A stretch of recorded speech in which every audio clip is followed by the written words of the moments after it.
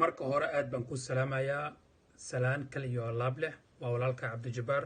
waxaa inta badan liisoo weydiiyey buuggaaga xaggeen ka heli karnaa buuggayga shanta tiir ee guusha inta badan Soomaaliya waa la geeyey laakiin wuu dhamaaday laakiin insha Allah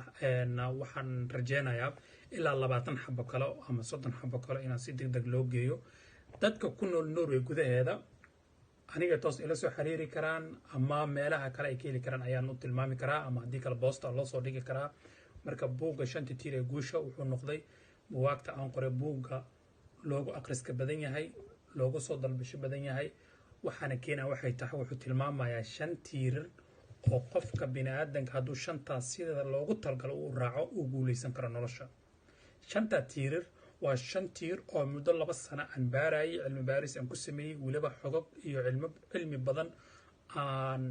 horay u ogeyn aan ku ogaaday waana 5 tiir aas ku ah noloshaada haddaad sida loogu talgalay aad u raacdo